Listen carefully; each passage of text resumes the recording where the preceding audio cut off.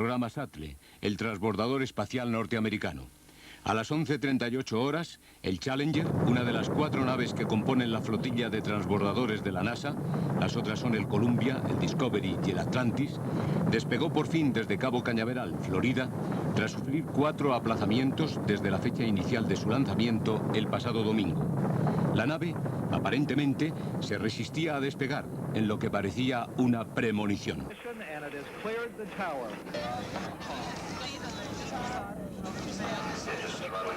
Familiares de los tripulantes miraban fascinados el comienzo del despegue. Nadie detectó nada inhabitual. El lanzamiento fue perfecto. El piloto de la nave, Michael Smith, intercambió las habituales palabras con el control de la NASA. El control de tierra ordenó acelerar hasta la máxima potencia para completar la ascensión.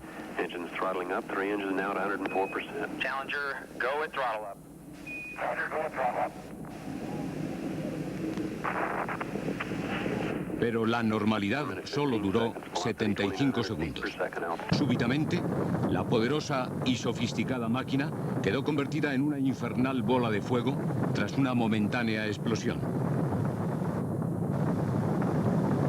El transbordador volaba en aquellos momentos a más de 3.000 kilómetros por hora y se encontraba a 16.000 metros de altitud. Los restos cayeron a 45 kilómetros de la costa en el Océano Atlántico. Uno de los cohetes propulsores llegó a despegar el paracaídas antes de que fuera destruido desde tierra para evitar riesgos. Los miembros de la tripulación quedaron desintegrados. Michael Smith, 39 años, piloto de la nave, ingeniero aeronáutico. Francis Scoobe, 46 años, comandante de la misión. Gregory Jarvis, 42 años, especialista en carga útil. Ronald McNair, 36 años, especialista en física del espacio. Ellison Onizuka, 40 años, coronel del Ejército del Aire. Judith Resnick, 37 años, ingeniera en electricidad. Krista Macauliffe, 37 años, maestra, la primera civil que viajaba al espacio. Precisamente la presencia de la maestra a bordo fue lo que le daba a la misión del Challenger un carácter excepcional. A Krista siempre le atrajo la aventura del transbordador. En julio del año pasado, y entre más de 11.000 profesores aspirantes, fue seleccionada para ser la primera astronauta civil. El día de su presentación como tal, el vicepresidente norteamericano, George Bush, le deseó suerte. Para Krista fue una inmensa alegría haber sido elegida.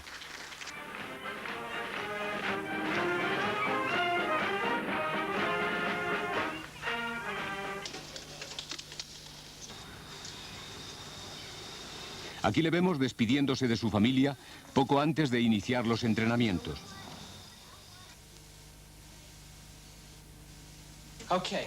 Su marido, Steve Macauliffe, tuvo que quedarse en casa para resolver los problemas de los dos pequeños.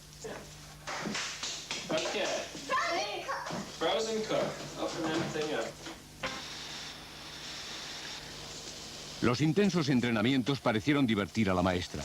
No se le quitó en ningún momento la sonrisa de la cara.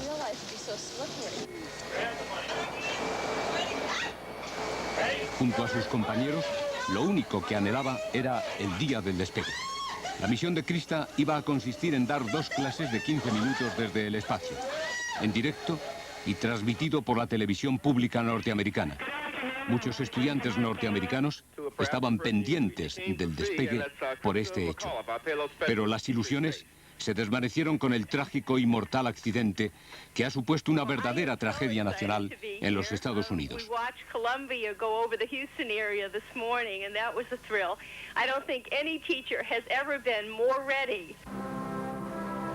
Ayer se celebraron los funerales en el Centro Espacial de Houston.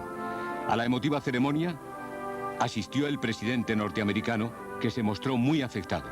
Reagan recordó como héroes a los fallecidos. A la ceremonia religiosa asistieron muchas caras conocidas como Edward Kennedy y Gary Hart. Fue seguida en directo por televisión por millones de espectadores. Esta tragedia ha unido, como no ocurría desde el asesinato de John Kennedy, los sentimientos del pueblo norteamericano.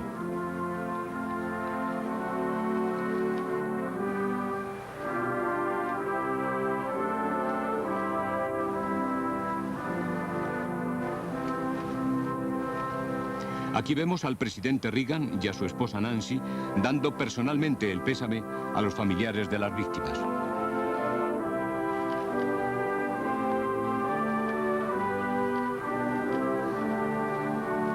Al acto asistieron también centenares de empleados de la NASA, una importante delegación del Congreso y cerca de 1 millar de periodistas. La ceremonia provocó las lágrimas en muchos asistentes.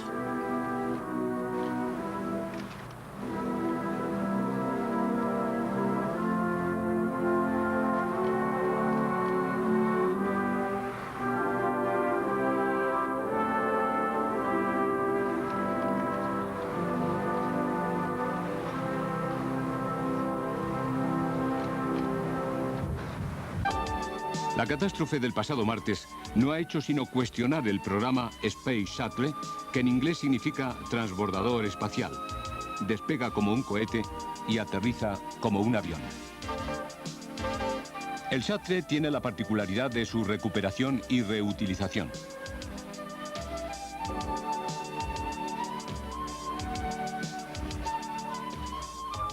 Los científicos habían trabajado en un proyecto de estación espacial y en un transbordador que comunicara la estación y la Tierra.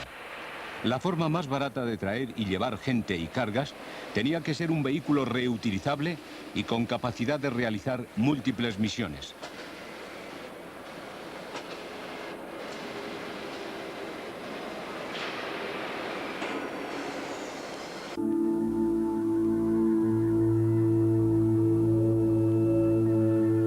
El Shuttle está compuesto de 3 elementos: el vehículo orbital, que es la parte más importante, los cohetes laterales propulsores y el depósito externo de combustible.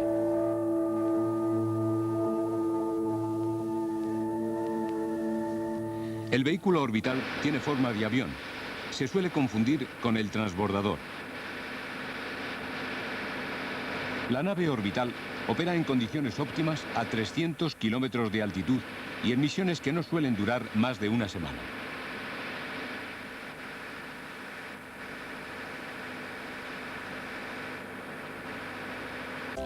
Admite como tripulación un máximo de 7 pasajeros entre astronautas, científicos o especialistas.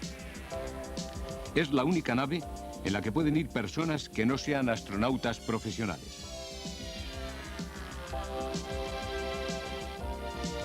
Tiene una capacidad para albergar en su bodega de carga 30 toneladas de aparatos. Suele transportar satélites, laboratorios, materiales de construcción, antenas de comunicaciones, etc. Su capacidad de carga es mayor que la de un cohete convencional.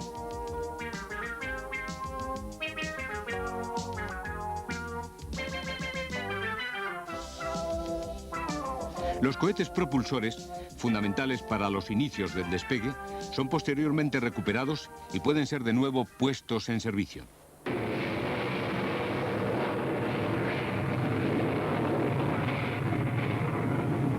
El tercer elemento es el depósito externo de combustible. Mide 47 metros y tiene una capacidad para 700 toneladas de hidrógeno y oxígeno líquidos destinados a la alimentación de los motores de la nave orbital. Este gigantesco tanque es una auténtica bomba en potencia.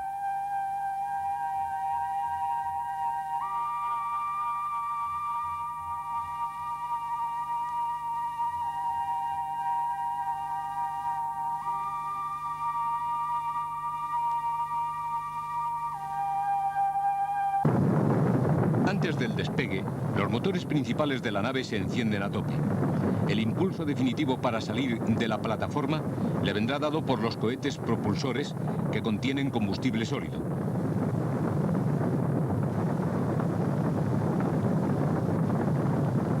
Dos minutos después del lanzamiento, estos cohetes se consumen, se separan de la nave y caen en paracaídas al Océano Atlántico. A los 6 minutos y poco antes de entrar en órbita, los motores se apagan. El tanque de combustible se desprende y se desintegra al entrar en la atmósfera terrestre. Sus restos caen sobre el Océano Índico en forma de una fina lluvia de material completamente inocuo. Esta es la única parte del transbordador que no se recupera.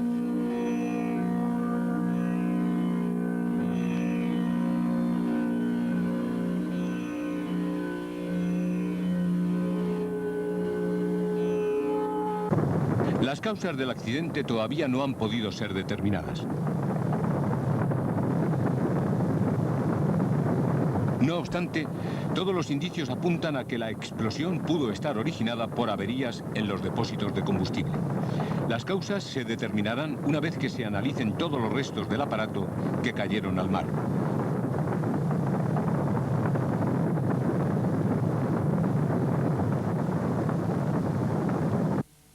En la playa se han encontrado huesos y tejidos humanos junto a los restos del aparato.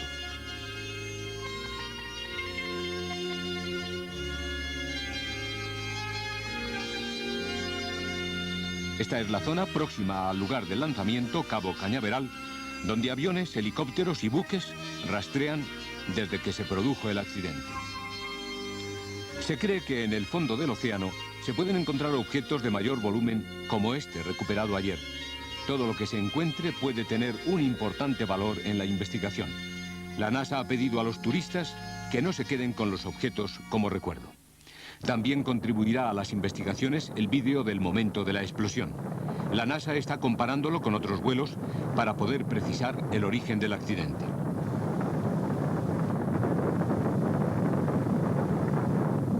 Aunque el programa SATRE se ha visto afectado por la tragedia, el transbordador espacial supuso un hito en la joven historia de la carrera espacial. Con el ambicioso proyecto del transbordador, quedaban muy atrás otros programas de la NASA como el Apolo, Géminis, que cumplieron un papel en la carrera espacial iniciada hace ya 30 años, cuando la Unión Soviética lanzó al espacio y puso en órbita por primera vez en la historia un satélite artificial, el Sputnik 1. Desde entonces se han lanzado al espacio miles de objetos.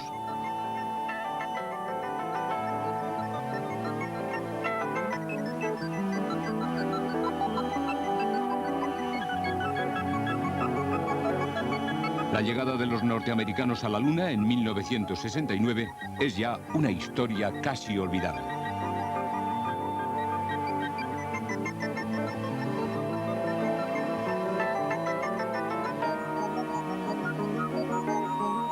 En la lucha de las superpotencias por el control del espacio, solo hubo un momento en el que colaboraron: el vuelo conjunto soviético-norteamericano, el 15 de julio de 1975. Los elevados presupuestos de la investigación espacial llevaron al gobierno norteamericano a encargar a la Agencia Espacial Norteamericana, la NASA, de carácter civil, la construcción de una nave reutilizable. Seguir mandando cohetes a la Luna, además de costoso, no tenía ya demasiado sentido.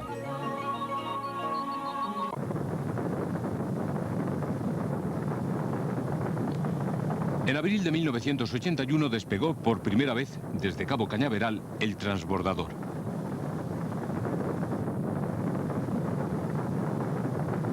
El vehículo orbital, el Columbia, llevaba a bordo 2 tripulantes.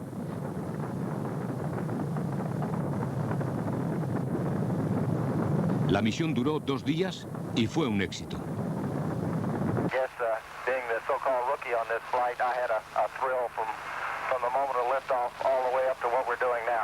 La nave, de regreso a casa, puso a prueba las más de 30.000 losetas de cerámica que la protegen del intenso calor que soporta al cruzar la atmósfera. Aterrizó sin novedad y con todos los honores. Welcome home, Columbia. Beautiful, beautiful. Aunque el transbordador fue concebido para abarcar varios campos, la NASA lo utiliza preferentemente como vehículo de aprovechamiento comercial en el campo de las comunicaciones. La NASA alquila el compartimento de carga de sus transbordadores a compañías públicas o privadas que quieren colocar satélites en órbita. Es una forma de buscarle la rentabilidad al aparato y paliar de alguna manera los gastos que ocasionó el transbordador. El quinto vuelo fue el primer viaje comercial del transbordador. Se pusieron en órbita 2 satélites de comunicaciones. La cantidad que se cobró fue de 2.500 millones de pesetas. No obstante, desde que comenzó el proyecto en 1981, la demanda y los ingresos han sido menores de lo previsto. Las imágenes más espectaculares enviadas por el transbordador fueron estas que están viendo.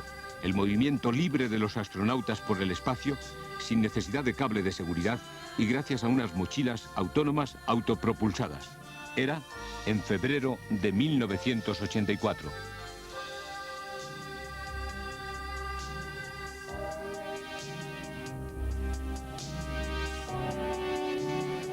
La hazaña la protagonizaron los astronautas Bruce McCandless y Robert Stewart. Para muchos, las imágenes resultaban más cercanas a la ficción que a la realidad. Fue un verdadero paseo espacial y en el que simularon realizar diversos trabajos de reparación en la bodega del Challenger.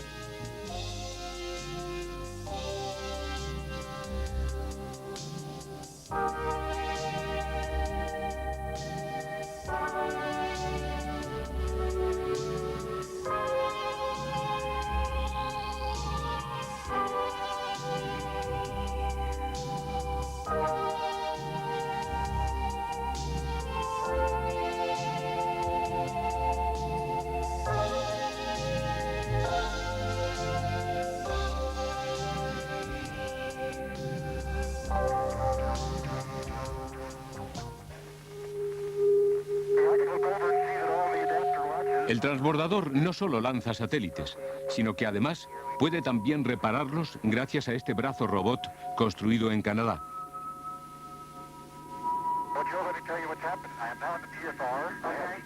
Precisamente con el Challenger se efectuó en abril de 1984, por primera vez, la captura y reparación de un satélite, el Solar Max.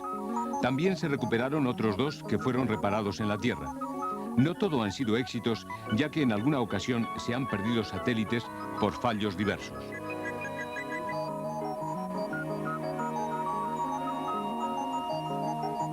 En la nave orbital también se han llevado a cabo importantes experimentos científicos que en la Tierra no se pueden hacer o resultarían demasiado costosos. Todo ello gracias a las condiciones de ingravidez.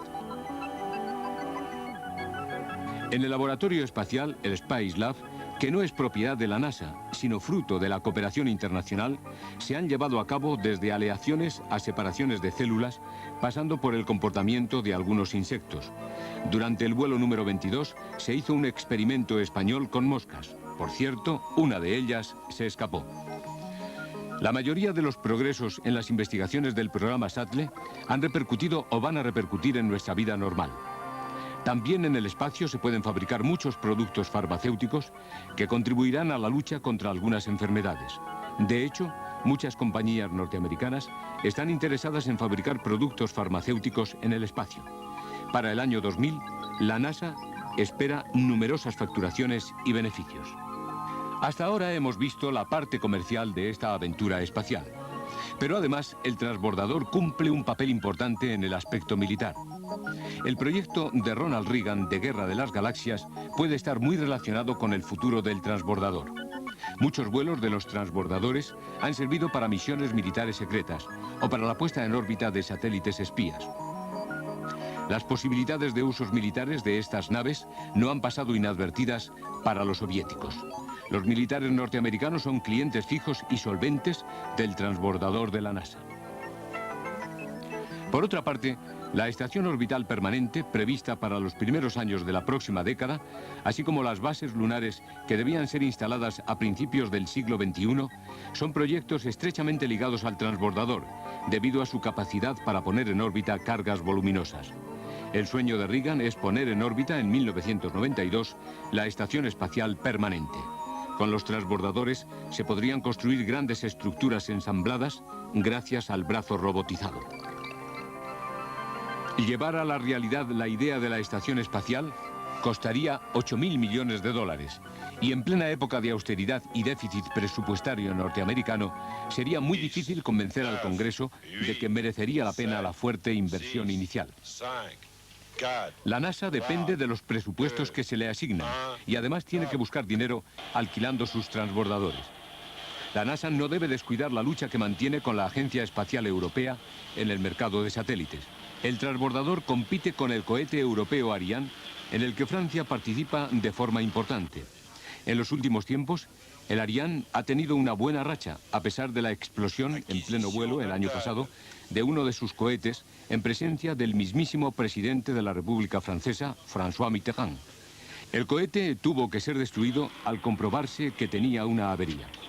Los fallos del transbordador norteamericano han beneficiado al cohete europeo. La agencia europea ha conseguido en los últimos años contratos para situar en órbita satélites de comunicaciones de compañías norteamericanas. La NASA ha perdido algunos clientes, aunque tiene la ventaja de tener al Pentágono como fijo, si bien este quizás esté ya cansado de depender del transbordador de la NASA y prefiere tener uno propio. En cualquier caso, la NASA no esperaba que el Ariane, un cohete que no es recuperable y que no lleva tripulación, le hiciera tanta competencia.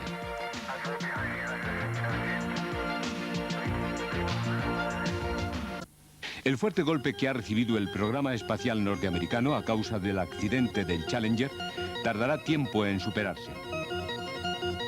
En un momento, además, en que están a punto de presentarse los presupuestos de la NASA para el año fiscal 1987.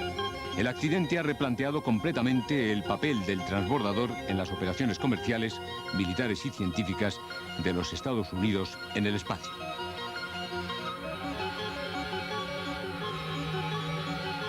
Mientras, los norteamericanos no quieren perder la esperanza de volver a ver el lanzamiento de los transbordadores.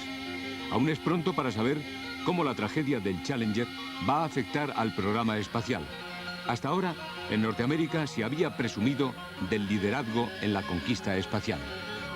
Mantener esta posición ha costado un precio considerable. De nuevo, se ha demostrado la fragilidad y los riesgos que conlleva el dominio del espacio. Después de 30 años, la aventura espacial sigue siendo una empresa sugerente, pero peligrosa y llena de riesgos.